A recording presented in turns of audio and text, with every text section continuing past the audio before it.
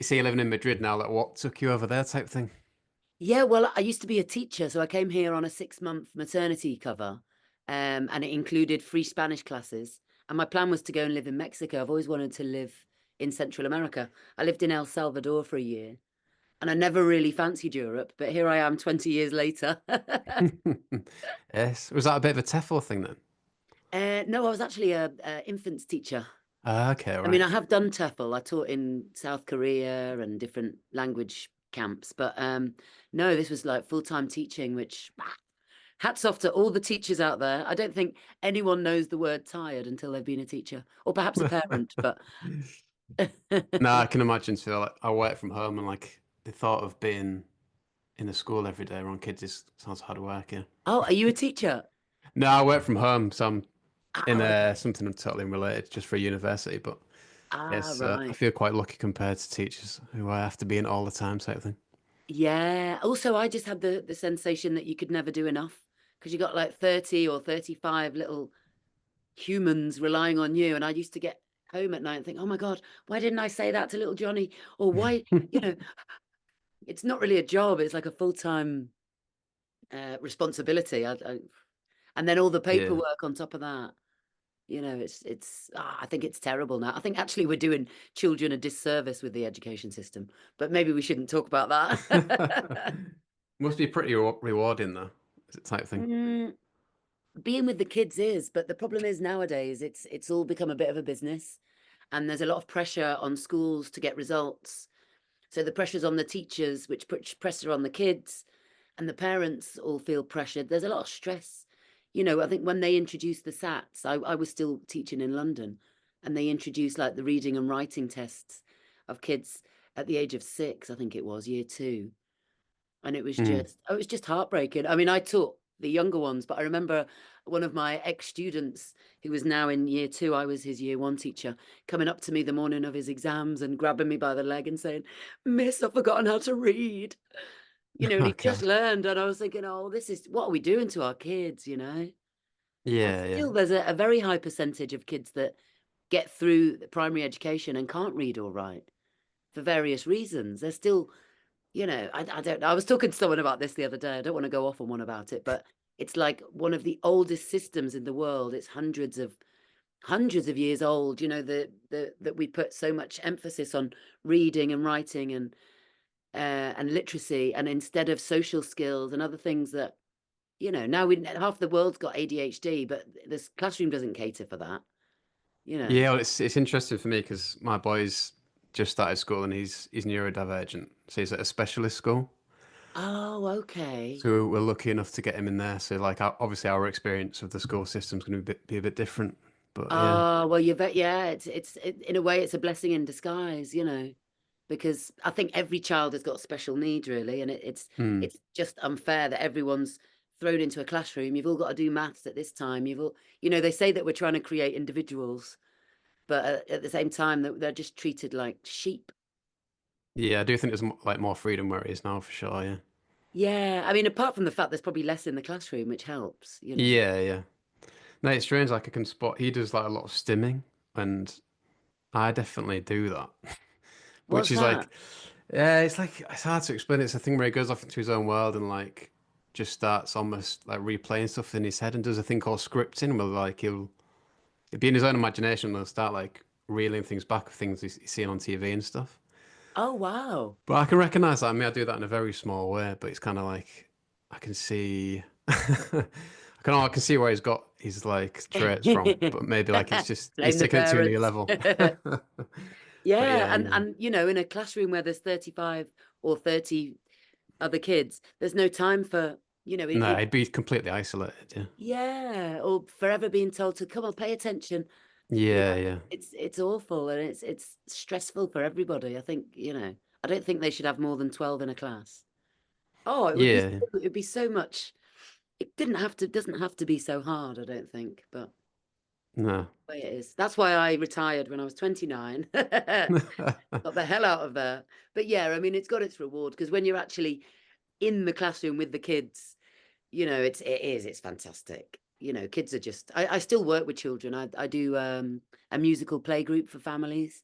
Okay, cool. And lots of parties, and the parents are there as well, and it's just basically an hour of singing and playing, and then I'm off. So there's no paperwork, no planning, no, it's just great.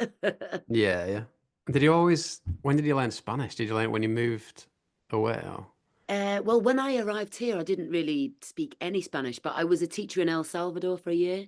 So I Right. picked up little bits and just really fell in love with that part of the world. And I've always had a thing about Mexico. Don't ask me why, because I've never been. I still haven't been. I just think it's a beautiful part of the world, the people, the culture. And I don't know if you've been to Madrid, but Spain is a fantastic country too.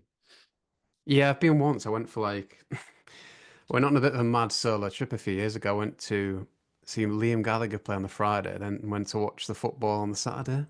Oh, wow. So it was a bit of like a, yeah, short and sharp introduction. But yeah, I enjoyed it. Yeah, it was great. Wow, to Madrid. Yeah, yeah. Oh, brilliant. Which football team did you see? Real Madrid played, and Oh, it was when they had Ronaldo and Bale, so it's quite a good time to see oh them. wow. Oh, that was a top weekend though. I'm Atletico Madrid though, I have to Ah, say. really? Okay. Fair Yeah. play. Got both great teams to be fair. Simeone's still there, isn't he? I think. I don't know. I mean, I don't know a lot about it, but I like winding up because most people I know are Real Madrid fans, to be Right. honest. Yeah. Yeah. I mean, I'm more Liverpool. Liverpool beat them the other day, but we never beat them when it matters. Yeah. I In the think the finals. last Yeah. two European, yeah, championship finals, it's been Madrid and Liverpool. And I thought that, yeah, this is gonna be it. So I've watched it with all my friends that are Real Madrid fans, and it's always quite disappointing. Yeah. There was that one with the huge goalkeeping mistakes, wasn't there? That was a bit Oh, crazy. yeah. And the whole city just went wild here, obviously. So I was like, oh God. A bit like when Espana beat England Of course. Yeah. recently as well. Yeah. All right. Cool. Let's take it to the music then. Okay. Obviously something that runs in the family. Yeah. Did you grow up with it much? Were you a musical family growing up? Yeah, definitely. I mean, although my mum and dad don't play instruments, someone gave my dad an organ. It was one of those like I don't know the name of it, but it had all those buttons and it was fantastic. And I remember we always had it in the house when we were growing up. We moved around a lot, and that organ was a feature. And we I think like a lot of kids, we had to have the typical piano lessons on a Saturday morning, which we weren't neither of us were very interested in, but we'd sit and make up songs on this organ that we had at home. And my mum and dad both had their own separate and fantastic record collection. My mum more Motown and my dad more rock and roll and country. And yeah, it was very rich musically, Yes. definitely. And what? So you would like write songs together growing up, type thing?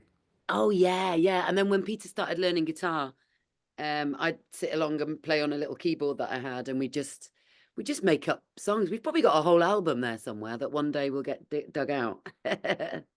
Yes. And when did you start forming bands, type thing, or like kind of trying to do it properly? Me, not that long ago, when I retired from teaching, actually, funnily enough, because I mean, I'd always written songs, and I became a teacher to travel really, and because I like working with kids, and I always had a guitar with me, and I just used to kind of put chords together to poems, more as a therapeutic tool, I think, trying to make sense of the world. And then I don't know, at a few parties, or it came out that, oh yeah, she's got some songs. And because I was always very, very shy, and after I'd had quite a few bottles of wine, I'd like, all right, I'll play a song. And then I met a guy here who was over with his wife, and they had kids. In fact, they're back in London now, Ross Stewart, and we had a duo together. That was my first taste of playing live. And then when he left, I really had a taste for it then. I was like, oh no, I can't stop now. I just love the buzz. And it's a bit like I was talking about this the other day in a different interview. It's a bit like those danger sports, isn't it? Being on stage, and I always thought of a bit like that. And he had a lot more experience than me. He had a band that was called the Mardoos. I don't know if you've heard of them. Yeah, yeah. I think someone emailed me about them recently. It Oh, might be the same really? guy. Yeah. Ross Stewart, his name. He was Right. signed with Might be him. Yeah. LMP. I think he said Yeah. he's starting like a project around them or something he wants to talk about. Ah, Ross possibly. Stewart, is it? Shall I check my emails? Yeah, go on. Oh, what a coincidence. Yeah, because he did mention you actually. Did he? Oh, well, No, it's I got to be think about it. Ross. Yeah. Search for Ross Stewart. It was all his Yeah, it fault. is Ross Stewart. Yeah. No way. Oh, that's so funny. Um, Planning on releasing music from the Mardoos, I think. Yeah. Yeah, well, they were a Uh, great band. They had a yeah, song yeah. called, they've got a song called Gin and Tonic, which is really quite rock and roll. And we used to do a more acoustic version of it, which is on Spotify too. And he was obviously used to being on stage, and I learned so much from him. And I just felt, I always felt so safe with him on stage, because if I had the capo in the wrong place, or he'd just turn around and say, "You're right, mate." And I go, "Oh, yeah, right, sorry, sorry." But yeah, I learned everything I don't know of him, really. And then when he left, like I said, I just thought, oh, I've got to carry on. And the Yeah. Spangles just grew very slowly. It was me and a percussionist, then a keyboard player, then a guitarist and a bass player, and now I mean, I've got the Spangles, but I do a lot of stuff on my own as well. Yeah, yeah. How would you find members out of interest? I'm always interested how people do that. How did I find the Yeah, the music scene? members, is it quite organic kind of thing? Very much so. I mean, yeah, the percussionist who was the drummer, the first drummer, he was one of the very first gigs I did on my own, which was like an aperitivo gig. It was acoustic songs and bingo, and no one really understood the concept. And he just said he was working behind the bar, and he said, "What are you doing?" He said, why are you playing bingo?" He said, "I really like your songs, and I'm a percussionist." So we started playing together, and then I had a friend who played keyboards who said, "Oh, I've got a friend who plays guitar because you can't play very well." I think what, and it all just went from there, really. All right, yes. And what's the meaning behind the Spangles, or is the album called Spanglelandia? Spanglelandia, yeah. Right. Basically in English it would be Spangle Land. Well, Okay. Spangle has a lot of different connotations. The first album was called Spangle Street, Calle de Spangles in Spanish. And Spangle comes from Spanglish, which is a mix of Spanish and English. Okay, yeah. And also in the Spanish dictionary, the word for, is it glitter or sequins, translates as spangles. Also spangled when you're a bit. Yeah, I did think about that. There's so many different, and it used to be a sweet. People keep sending me posters of the old Spangle sweets. I think it was from the All right. 70s. But yeah. Fair play. And it all seems to be about like a new lease of life type of thing. Is that right? This album does actually. I think it's taken from various EPs, and the last EP was Take a Stand, which was I wrote those songs during COVID. Um, and yeah, I think yeah, and the new one, Back on the Road and Rock and Roll. Yeah, it's all about starting again, and like, you know. Well, I do feel like it is another, when you present a new album, it's a bit like presenting yourself as a band again to the world. And we've just signed with Strap Originals as well, so we've got a bit more weight behind us this time. Um, See what happens. Every day, every morning is like a rebirth. Yeah, yeah, yes. So like what's the plan? Is it to get on the road type thing?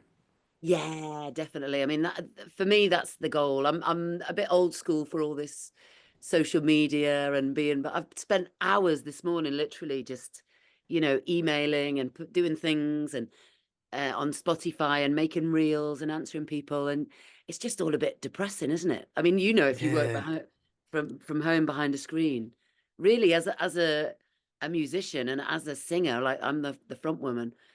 My main goal, the reason I write songs, is to perform them. Really, I mean, recording is great as well, but I think the musicians in my band enjoy recording a lot more. For a singer, it's quite a boring process.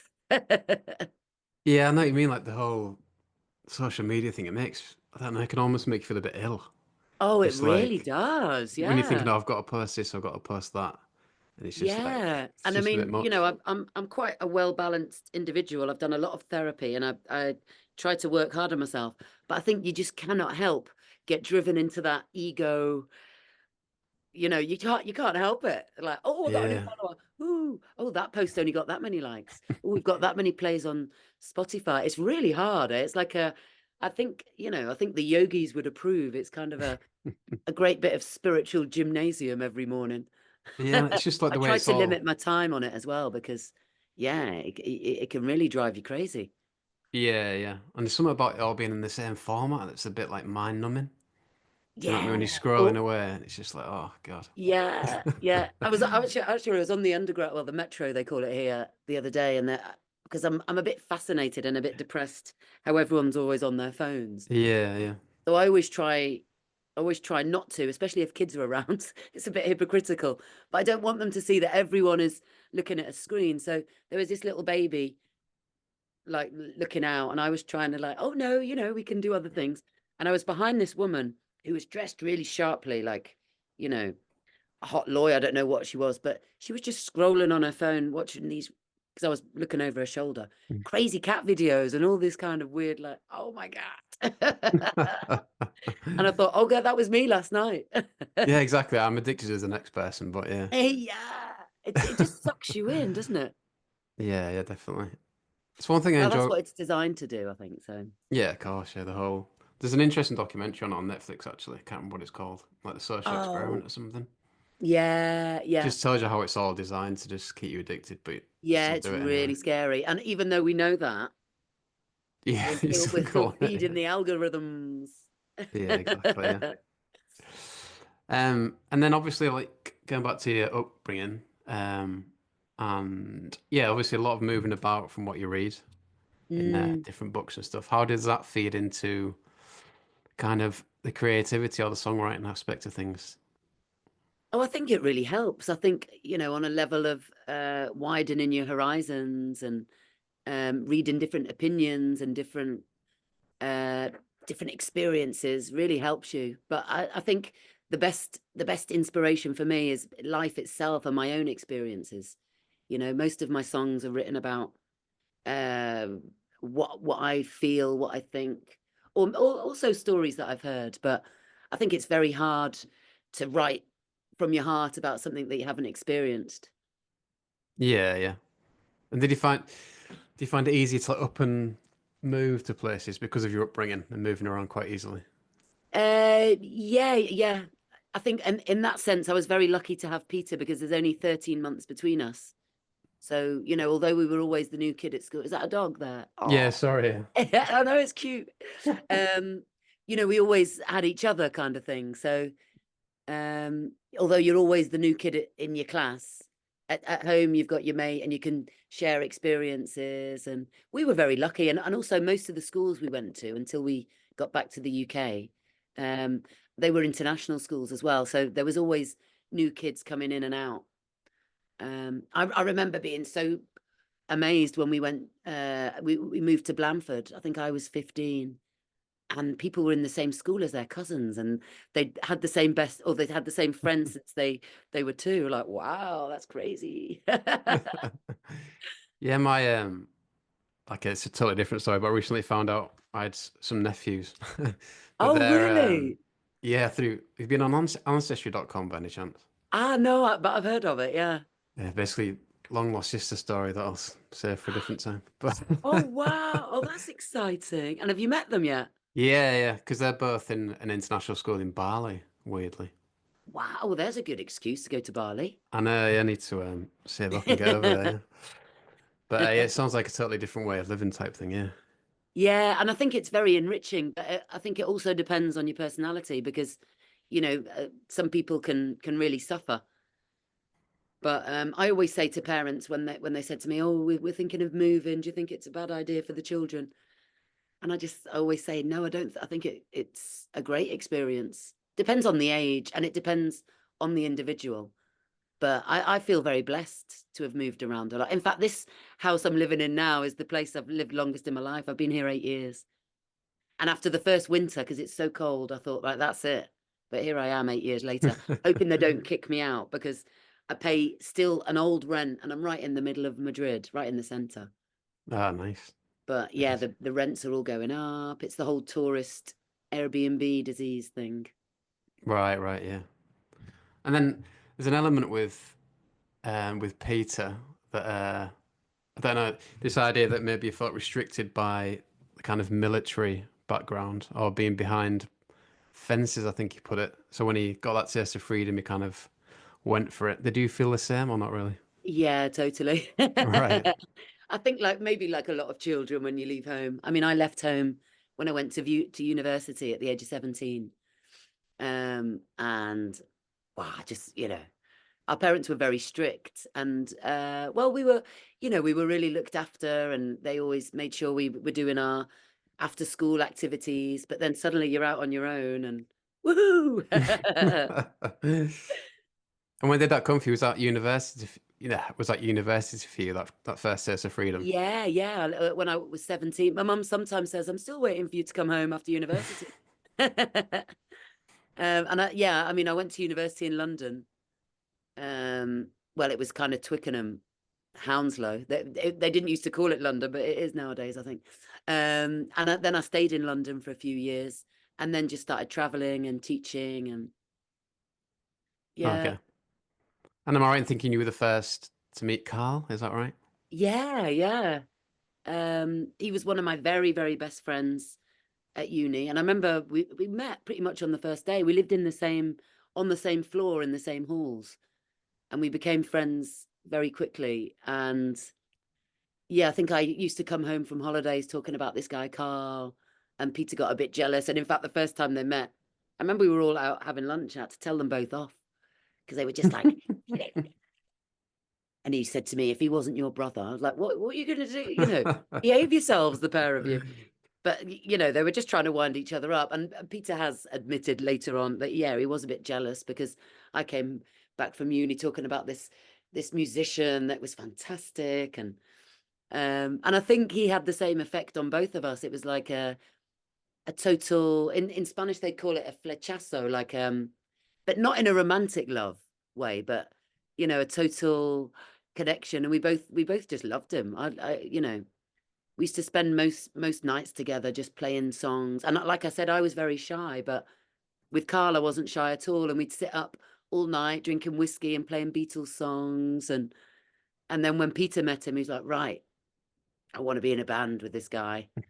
Yeah, because I was reading back his book earlier, and he said he knew he wanted Carl to be his guitarist before he even met him, just from what you told him or From something. what I'd say, it's so funny, isn't it? Yeah, it's amazing, really. And I remember when I first saw him as well, and we were having this conversation probably in the student union, and I don't know what we said, but uh, I think I said, "Well, you're from Basingstoke, aren't you?" And he said, "How do you know that?" He wasn't really from Basingstoke, but somewhere near. And I was a total guess, but I just said, "I can tell by your coat." And he thought I was some kind of witch. It was really weird. It just, it was just one of those kind of meetings that were meant to happen. And when Peter came to visit me, probably in my first term at university, I had evening lectures, and it was Carl that said, "Well, send him to my room." And I think Carl used to call himself Carlos or Carl, whichever one he used to call himself. He said, "Oh, hi, I'm Carl," and Peter probably said, "Oh, hello, Carlos." Just little things to wind him up. And by the time I'd finished my lecture, I think Peter had been to the drama audition, already had the main part in the play, that he wasn't even part of the student union. And some people were there trying to beat him up, and other people were there in love with him. He had that effect on people. Either he'd rub you up the wrong way or the right way. Yeah, fair. Yeah. Was he always that type of person, like he'd just turn his hand to anything type thing? Yeah, he's just one of those characters. Yeah, I remember being at the back of the bus one day, and he was winding someone up terribly. And this guy just, and because I always used to defend him. It's like, well, nobody can pick on my brother. I can pick on my brother, but it's the big sister syndrome that no one else can be horrible to him. And I was defending him, but at one point I was like, well, you're bringing it on yourself. And this guy just started laying into him at the back of the bus, and then my brother was squashed down on the floor. The guy let him be, and Peter just got up and said, "Let that be a lesson to you." And I thought, oh God, thank God the escort broke it up. But he was just really cocky. Yeah, fair play. I And mean, still is, I think. in the press release, it described you as his older and on occasion wiser sister. Is that something you go along with? Yeah, I don't know who wrote that, but I like it. Yeah. Okay, on occasion wiser and on occasion not. He's very wise, and he's a great little big brother, definitely. Yeah. He's really looked after me as well. I mean, I'm protective of him, but he's always been very protective of me and my sister too. Yeah, yeah. I mean, were you able to enjoy that kind of rise of Libertines then at the time? Oh yeah, I think we all enjoyed it. Perhaps too much. No, it was great. It was they were great times. I can't remember dates and places, but I remember there was one of the gigs where they were getting quite big, and I was sat there with Pete and Carl. I was like, "Isn't it?" I can't remember the conversation, but it was like, "Oh, don't you have to do your sound check?" Yeah, someone's doing it for us. Like, what? What? Like, yeah, yeah, we don't have to do that anymore. The funny thing is now they're doing it again themselves, but when you got someone doing your sound check for you, like, wow, wow. Yeah, yeah. So what if you moved away, what, in 2004 then? Sorry, Did you say you moved away in 2004? 2000 moved away from where? Sorry, you said 20 years ago you Oh, yeah, left yeah, England. yeah. So it would have been 2004. Sorry, yeah. Well, I Sorry. moved around a lot, and I always ended up going back to London. It was kind of my base because our parents lived. Well, they mostly lived in Germany, actually. So I would go off and go back to London, and then I was doing supply teaching really, and I'd had enough of London. So I found this job and thought, well, great, I'll do 6 months there and then go to Mexico, and yeah, here I am still. And I have Yeah. said a lot that, right, I'll do another year in Madrid. But like I said earlier, I feel like I've traveled so much in myself and my own personal journey that, I feel like I'm growing, I'm learning so much. So it's a bit different because I do tend to get itchy feet. I'm amazed I've been here 20 years, but when life's changing all the time, there's no time to get bored. Yeah, yeah. And was it quite nice in a way to kind of escape some of that madness that was surrounding the band and stuff?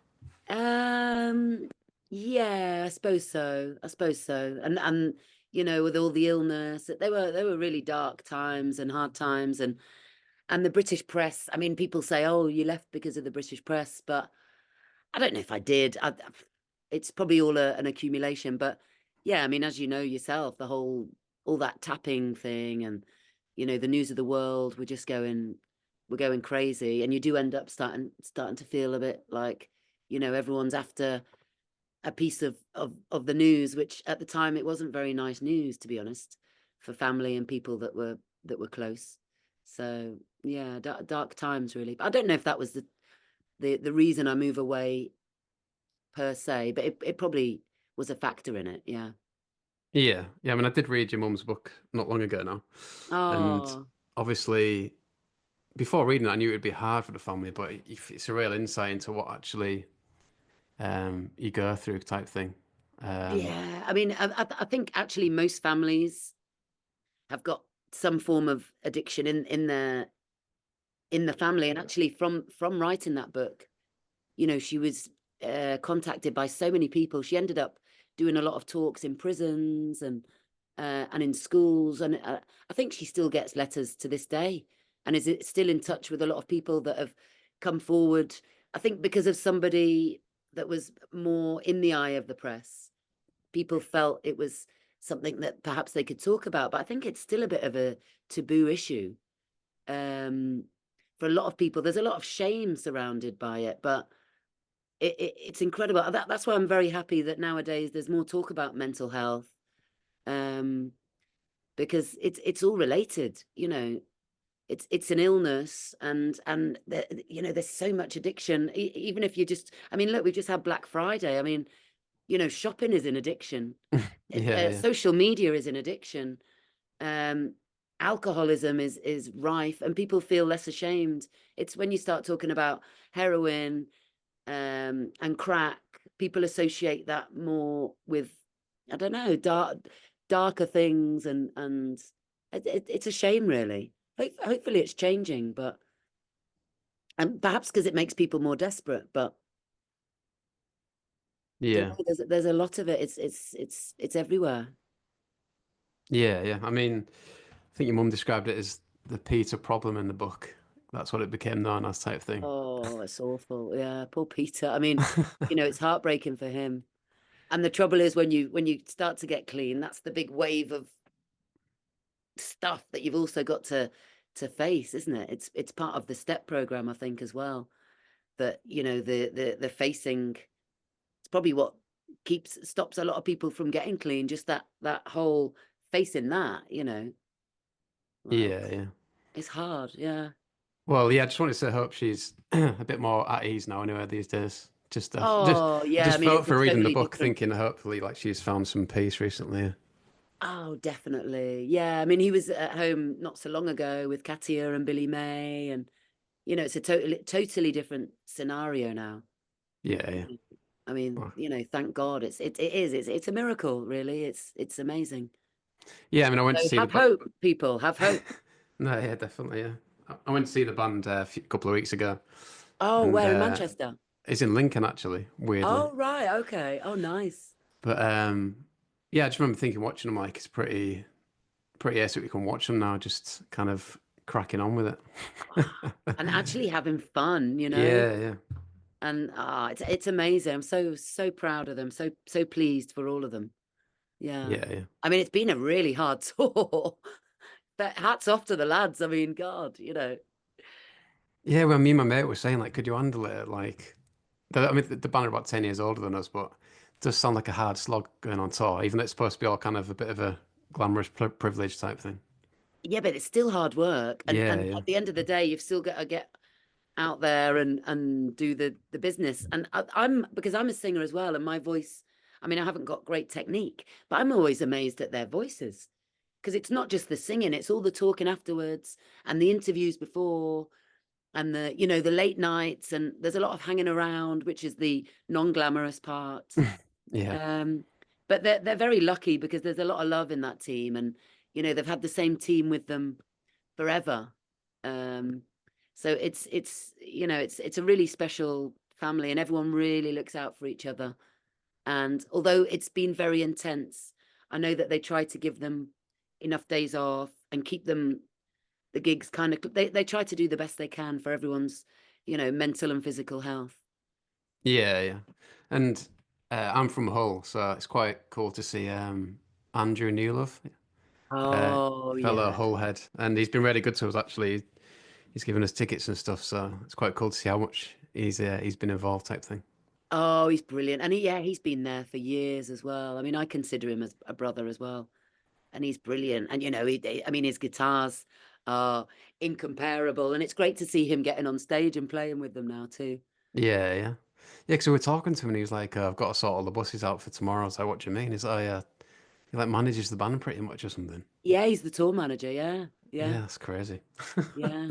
And sorts out all the unwanted people, and he just does everything. He's Yeah. brilliant. He really is. No, he's a legend, yeah. And yeah, you mentioned the voice, like, so on a tour, how would you maintain your voice out of interest? Oh, I mean, it's hard. And I think, when I was a bit younger and a bit crazier too, I remember that just losing my voice. Hmm. I woke up in Ghent once after saying, "Oh yeah, I'll go home, go home early," and I went off with the drummer to this party. I don't know what time we got back. Somebody said, "Oh, you can sleep on our floor," so it was probably freezing. And I woke up and I literally had no voice. So I was like, "Oh no, they're going to kill me." The first thing I thought is the band are going to kill me because the drummer and the bass player had gone off sensibly to someone else's house, and me and the drummer were like, "Well, yeah, come on, let's go out." Went to this squat party. It was all right for him because obviously he just plays the drums. Yeah, yeah. I tried to go to a 24-hour emergency clinic. I went to a church and I prayed. And we were in Ghent that night and we ended up in Holland. And I was doing all these warm ups that people were teaching me, gargling. I think I gargled a whole bottle of whiskey, which probably didn't help. But I was just doing all kind of bird lady things like, and it was a disaster. You have to look after yourself. And a lot older and wiser now, and I've got 2 voice coaches, and my problem was as well that I when I talk, I kind of I'm a bit low, but I'm learning better techniques. But it's hard if you're singing and then talking all the time as well. You know, you Yeah, can't yeah. just zip up after a concert. I understand why some people do, um, because they're just thinking, well, I've got to sing tomorrow, so I don't want to be rude, but No, you yeah, it know, must be like that when you've got like people, loads of people coming and stuff. Yeah. yeah, and everyone wants to say hello, and even if it's just hi, hi, hi, it's the guitarist can put his guitar down and rest. But I mean, I'm not a huge Taylor Swift fan, but I think it's incredible what she's just done.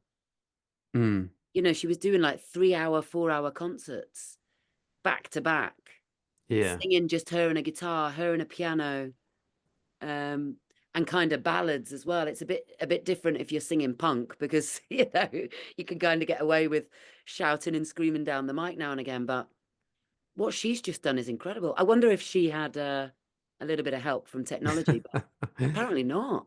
All right, fair play to you. Yeah. Yeah, because I always find it fascinating with Liam Gallagher's voice. I'm like, it's changed so much. I'm just like, how much was that affected by caning it in the early days, do you think? Oh, a lot, I'm sure. Yeah. Yeah. Yeah. But he's got such a special, peculiar voice. It's kind of grown with his personality. Um, I haven't heard him live for a long time, but I think there's a lot of stars that have had to lower all their songs, aren't they? Some metal bands that they've Okay. is it was it I can't remember who it was now. I've got terrible memory.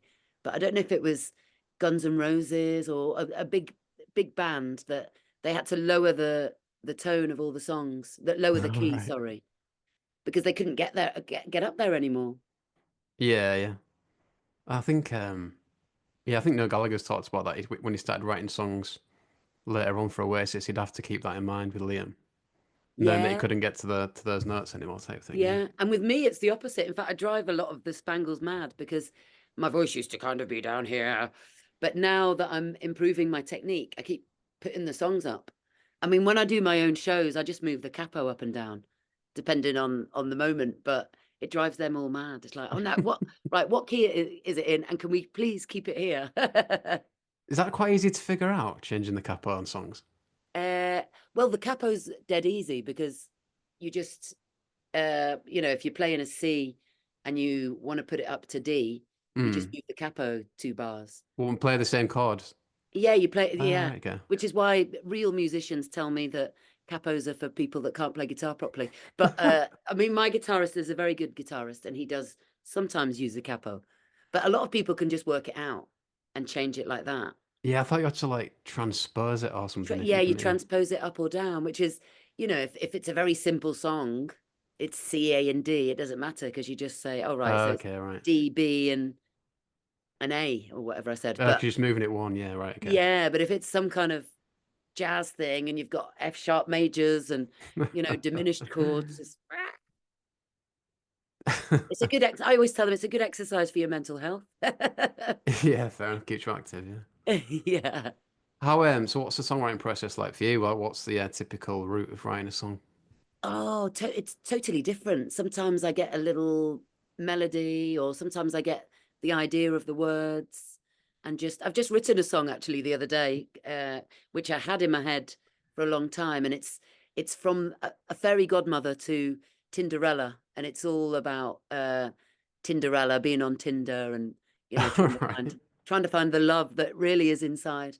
And I had the lyrics for that first, and then I just made up a little ditty. And like I said, I'd been working on this song for a while because I'm doing some kind of dating show with a friend, and I love the idea of Tinderella. So and then the other night it just all came together, and so Pace. sometimes that can take ages, and sometimes we might be in a rehearsal and suddenly the drummer starts doing something and the bass player starts doing something. We're like, oh, carry on, and I'll think of the words all different ways, really. Sometimes walking down a street. I mean, thank God for mobile phones because now you can, do the voice notes and it's easy. Yeah, yeah. Otherwise, you'd have to stop, like, "Ah, I've got to get home." work it out on the guitar, or how did people do it before? Yeah, I know what you mean. I sometimes like have songs in my dreams and then Oh I never can wow. never remember them though. Because Oh no. Well, there's that's always that frustrating. story about Paul McCartney dreamt yesterday, didn't he? Oh, when is it not fried eggs or something? Maybe, yeah. And I just came down the stairs singing it. I was like, Scrambled it'd be quite cool eggs. to have that moment one day. Wow. And he remembered it, which was, it's hard to remember your dreams. Yeah, yeah. But yeah, it's interesting you mentioned the Tinder things. I just remembered I saw that you were on first dates or something once. Oh God, yeah. Twice I've been on it. Oh, really? I was on First Dates Hotel, I think in June. Yeah. Don't ask me what. Well, I did it for the money, really. And the hope that you might find your true love. But Yeah, yeah. no. And in How's fact, that the come other up? day Go they on, sent me sorry. a message on Instagram and said, "We found a great guy." I'm like, "Oh God, not again! I'm not going on it again." But they said, "No, obviously you can't come on again. But have you got any friends who might like a handsome rocker?" All So I sent right. my friend on it, and yeah, she wasn't impressed. How does that come about then? Is it like through an agent or something? No, no, through it. They contacted me through Instagram. Oh, right. Yeah. That's mad. But I've I not think seen they the go episode, through but waves, like looking for actors or musicians. And obviously, because of Peter as well, I thought they thought it would be, a nice little added edge to okay, right. curiosity. And I've got a few songs that are in Spanglish. So I did the songs on the show as well. Oh, that's all I right think it's funny to have a foreigner singing in Spanish. Well, it is quite funny, I suppose, especially with then. my accent, which is terrible. Yes. Would you recommend that to people there to go on it? I think it's based in Manchester now. Is it? Over here, Yeah. it's based in Madrid. So you're on the Spanish version? Oh, on the Spanish one. Yeah, yeah, Right, yeah. right, okay. Um, I would say if you're up, yeah, if you're up for a laugh, and you never know who you could meet. Um, and really you don't know you're being filmed. So, it's just basically like going on if you're on the dating apps, it's just like going on a shorter date. And it's all, very nice. You get a nice meal and maybe meet the love of your life. They promised me that that is their intention, but to be honest, the last two that they've chosen for me, I don't agree. No, fair play. Do you get free food out of it? Or is that a thing on the show? Who's going to pay for it or something?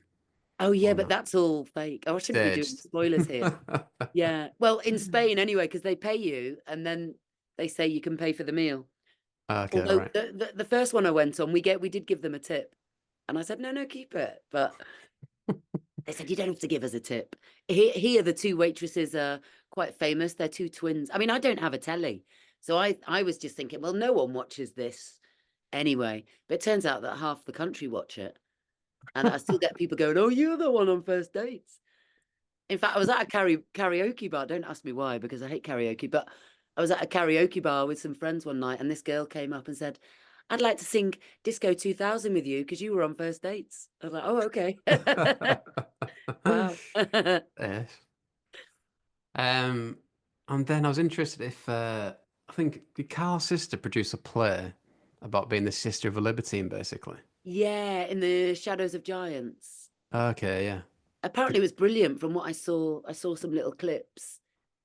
Yeah, it looked great. She's fantastic, Lucy. I haven't seen her for ages, actually, but yeah, we I were all guess you, very close in those times. yeah, I guess you're kind of similar. You both got an interest in music or trying to do music type thing. Yeah, because she had a great band as well. I think Yeah. she's more of an actress, but she did have a band, but now she's a mother of three, so I don't think she gets Fair play. much time to do much. But I think that play was written, produced, and she was in it. So that must have really, really been hard. But I think it did very well. No, yeah, because Did it you was in see London. it? No, because it was in London. I didn't. Oh, it's a Ah, yeah. poor excuse. It's only 2 hours away, but I know, yeah. um, no, it'd have been great to see it. Yeah, it sounded interesting for Well, sure. write to her and tell her to bring it up north. Yeah, well, I did actually. I messaged her about coming on, but Oh, uh, does she not want to? probably went into the hidden inbox or whatever on Instagram. Ah, ah. So never Well, mind. I got through Kai. Thanks to Kai, this is all. Yeah, yeah, very Then professional he's setup. brilliant. Yeah. And in terms of writing songs, will you do you ever use Pete as a bit of a sounding board for that? No, no. In fact, I'm very paranoid that I think we're very, very different. Oh, do you mean to play in my songs? Yeah, just like bounce ideas off him or whatever. I don't know. Oh yeah, I mean, whenever we get together, we both say, "Oh, listen to this that I'm coming up with," or he says, "Oh, listen to this." But no, no, no, I don't send him songs, and I mean, he doesn't have a mobile phone. We don't really Right. we don't really chat much when we're not together. I mean, actually, just this morning I sent a little video for Billy May um, with my bubble gun. So I'm in touch, with Katia, and I'm in touch with them, but we don't speak a lot really. I don't really we're not that kind of family that speak a lot on the phone. We send a lot of WhatsApp messages, but no, Yeah. No, I always assumed it can't be him doing his own social media. I didn't seem that type of no, person. he's not allowed a phone these days. I don't think he's had one for about 6 years, to be honest. Fair play. Just as well. I mean, it's a great freedom. If you've got someone Yeah, to but do it your feels social ace media actually. for you and take care of all your, it's an amazing freedom. And it just goes to show because, he's at the moment he's really on a great creative um uh, what's the word? Flow run. He's writing some fantastic songs that people will be able to hear soon. And I think being away from a telephone and social media is a big help. Yeah, yeah. I watched a bit of an interview with him recently, which was quite fascinating because he was saying like back in the day when he's in the depths of addiction and stuff, he did have this drive to prove people wrong. So like Oh, he would right. constantly try and be creative and write songs, which is interesting. So he said it's a Mm, bit different now, but I guess uh yeah, I guess it's just a different way of being creative these days, maybe. I don't know. yeah, yeah. Different phases. Yeah, yeah. And what's it like then being on the label? How has that changed things for you? Oh, it's just well, like having someone to organize interviews and to reach out to people to see if they want to do it. It takes everything to a much more professional level. And Strap Originals are such a great team of people. They really are the nicest people. Um, Chu, who helped put the whole front cover together, because I'd done the basic design, but um, he worked really closely with me to get all the lettering right and just bring it all alive. He revamped the logo. He designed all the sleeve inside and out, and was just also listening to my opinions and just bringing it all alive for us. And it's just great. It's a real privilege to be part of such a professional and talented team. Yeah, I'm just hoping that we can do them the favor of selling a lot of records. I still haven't seen the physical copy. They're on the way apparently, but can't wait to see it. Red vinyl. Ah, nice. Yeah, I wonder what like the target is nowadays with streaming and stuff. Must be a bit more nuanced, I guess, in terms of what Yeah, yeah. success looks like or whatever. Yeah. It's hard to know, and I mean they're a relatively new label, so I think they're discovering it as they go along as well. I think people do still buy records online, but obviously at our level that's quite difficult. I Hmm. think where we sell a lot of merch is at gigs. So again, it's the important thing for us is to get out there and play. Um, Yeah, yeah. it's where people, if they like a show, they afterwards they come and they want to buy the CD, but I mean, or the record. But nowadays, new cars don't have CD players. It's more as a like a memento of the time, isn't it?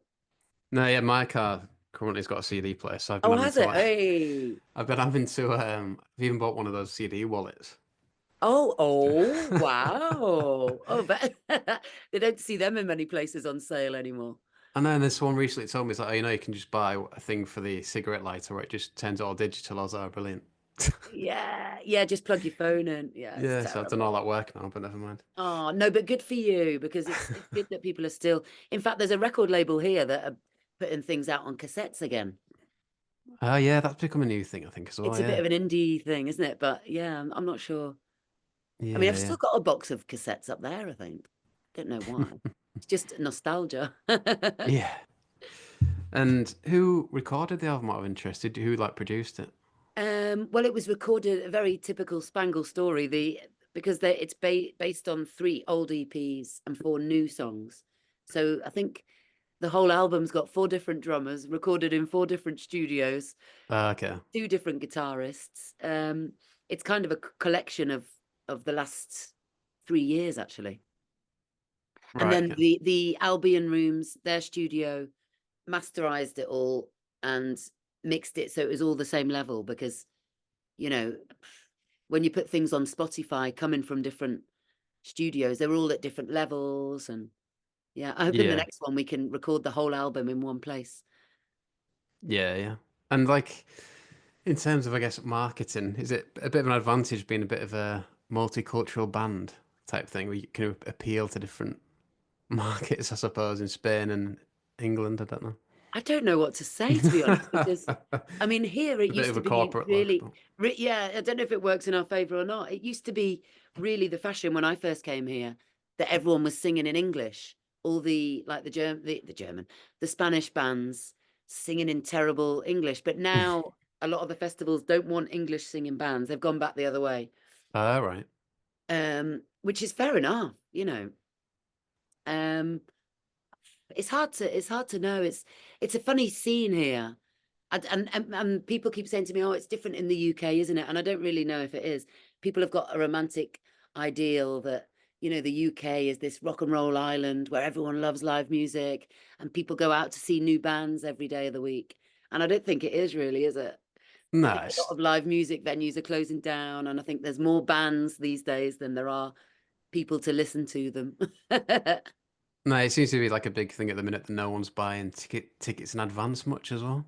Oh, well, I'm glad. Yeah, well, it's terrible for us. It's like, you know, right before, and then bang, everyone comes on the day. I think because people know you're not going to sell out, they Yeah, I think, think I'll just that's get it, my isn't it? ticket. And I think since COVID as well, it's quite interesting. People don't know what's going to happen. So, you know, they think, oh, I might get ill, or I don't know, something better might turn up. So people, yeah, people really don't. I It's think with things like Twickets as well, I think people just think, oh well, if it sells out, I'll just get one off there, like a resale site. yeah, yeah, that's true. That's kind Yeah, of people are less willing to what's the word? yeah, Commitment maybe phobia. yeah. Cool. So what's the plan? Are you playing? I read that you're playing some Spanish gigs first, and then are you gonna go further afield at some point? Yeah, we're hoping to come over to the UK in at the end of January. Touch wood, we're working on that at the moment. Or if not, definitely later in the year. And we're going to be over in Germany in February. And then I think we've got a couple of festivals in Spain. We've got our last gig of the year in Madrid on the 13th of December. We've got, yeah, quite a few things in the pipeline. I mean, I'd love to come over to the UK. For me, that would be really, really special. And play in London and hopefully up north as well. My parents live in York. Oh, really? Yeah. Oh, yes. So I'd love to come up there because, you know, at least we can stay there as well. And I mean, I think Manchester's a great city, isn't it, for live music? Yeah, yeah. There's plenty going on. Yeah, I don't get to enough of it really, but yeah. Well, if you're a dad as well, it's harder, isn't it, Yeah, now? that's the thing. Yeah. Don't want to point the finger at my son, No, blame him. but cool. I always finish on a couple of questions really. I don't know if they'd be like that relevant in this case, but what is has there been a high point? And is there anything you do differently about your time in music? Oh, I think the high point is probably always the present moment that you're in. The fact that you keep going, especially at this level, you know. And what would I have done differently? I think I would have said to myself younger to have more faith in myself. You know, I think when you're younger and you're just starting out, um, it's hard to believe in yourself. Or maybe it's the other way around for some people, but in my case, it was, you know, I was always a bit more shy and embarrassed and like, oh, but now I just think, you know, say what you've got to say and do what you've got to do. And for me, it's not, obviously it's not about the money. Otherwise, I'd have given up years ago. It's just about writing songs, recording them and playing them. So while you've still got songs inside you, just keep going. And it sounds really cheesy and a bit, you know, very, very corny. But I think if you can just touch a couple of people with your songs, you know, whether it's one or 100,000, I think for me, that's success because I mean, you're a musician yourself, right? Only very amateur, but yeah. Yeah. Well, see, that's the thing. What's the difference between amateur and professional that people p pay you to play? Or I don't know. It's a funny one, isn't it? But I think there's no greater kind of honor to have written a song and play it for someone, and that not that they necessarily applaud you, but they listen to it and perhaps they can relate to your lyrics. I think it's really special actually, and it's a privilege in a way. And that's worth more than I mean, the ideal would be to live off it, and make a living from it. But at the moment, it's just an honor to do it. Every time we do a gig, we meet new people, and I don't know. That's just really special. There's something very special about live music, on both being on both sides of the stage, and I just love it. I think that is success. Doing a gig and people enjoy the gig and you enjoy the gig as the musicians. It's like, yeah, that's why we're doing it. Spotify's important, but gigs are important. Gigs are the most important. Yeah, yeah. Okay, so cheers for your time, Oh, Amy well, Jo. thanks very much. Nice talking to you. Yeah, it's been great, yeah. And I'll keep an eye out for your stuff. Try and come see you if Yeah. Have you're you have you listened to the album? yeah, I enjoyed it, yeah. I was Yeah. made some notes earlier. I think Oh, good. track 4 is my favourite. Time Trap. Oh, yeah. How do you like that one? It's Yeah. kind of a crazy, eclectic mix of styles, I think. But in the end, it's actually what time seems to be for me in my head. Yeah, it was Sometimes it quite goes fast, sometimes slow. it's quite a range of styles on the album, like from like one ska sounding one second track, I think. And then Yeah. another one that sounds like X-Ray Specs or something from back in the day. Yeah. Oh, yeah. Very good. Yeah. And I mean, we've been criticized about that as well. Like, oh, because you're not easy to compartmentalize, Oh, well, or journalists were like that, will they? no. And it's very hard when you're trying to apply for festivals and things like, oh, what genre? Like, oh, well, depends which song. And that's, talking about what would you change before, those kind of things bothered me. But now I find it actually quite a compliment that you said there's lots of different styles. It's like, you know, that every song is, like I've said this before, but in a world in itself. So, you know, one day you might feel a bit ska and the next day you might feel a bit more rock. No, it definitely Why keeps you not? interested, yeah. Yeah, exactly. Oh, Okay. well, nice to talk to you. Well, tell Ross that we've just had an interview. Yeah, I will do. I'll chase him up on what he's asking me about. Yeah, what's he looking to do? Revive Oh, the Mardus? um, he's planning on releasing music on the 20th anniversary of the Mardu signing to Alan McGee's label. Oh, wow. Um, and then he said, yeah, I lived in Spain and was in a band with AmyJo. Oh, yeah. So we toured Europe with him amongst other things. See that you've done touring with Pete as well as a band. Yeah, yeah. With Okay. Ross, we toured with him around Spain and I think around the UK. We played in Manchester actually. All right. I can't remember the name of the place, but I got bottles thrown at me and people shouting, Really? "Who the fuck are you? Who the fuck are you?" Jesus, Because what it year was was that? an all-day festival and I think the Ezra Beats were supposed to be on at about 5 p.m. But we arrived with Peter for the last slot and they said, "Oh no, sorry, you've missed your slot." And he said, "Well, if they don't play, I don't play." And the crowd by this time were just in a frenzy because we were probably about 3 hours late. And he said, "Go on, we do a couple of songs." And I'm not joking. It was probably one of the scariest moments. Also, I had a really shaved head and was wearing a tutu. And I thought, oh my God, I'm gonna get lynched. They were throwing these bottles. Ross plugged his guitar in. Luckily, I think we played about 25 minutes, but they were great songs. But he plugged the guitar in, the lead fell out, and everyone was like, "Rah!" And then we did our set and they all calmed down. And I'll never forget it because after Peter saying, "Go on, get out there and do your thing." And as we came off into the back room, he said, "Ooh, I wouldn't have done that." "You're very brave." And like, I'll kill you. What year was that out of interest then? Oh God. So I must have lived here. It was probably, I don't know, maybe around 2010, Okay, maybe right. before. Right, right. We stayed in this really big hotel. The promoter was a fantastic guy. In fact, that there was someone nearly got killed that night because there was an argument about the sound technician. Peter had his own sound technician. And there was just people like running around like Benny Hill. I kill him! I kill him! He said, my men can't do Pete. And there was all these fights, and they chased him back to the hotel. The hotel had like 35 floors or something, if I remember correctly. I think it was a Right. brand new hotel then. Yeah, because my mates were like friends with Pete. Like they were in a band called the Paddingtons Oh yeah, from yeah. Hull, and like I remember there's like a bit of an entourage in Manchester with Pete and other bands. I think I seem to remember. I don't know really. And I can't remember the promoter's name, but he was a great guy. Oh, it was probably, I mean, the place was probably quite famous as well. It was an all-day event.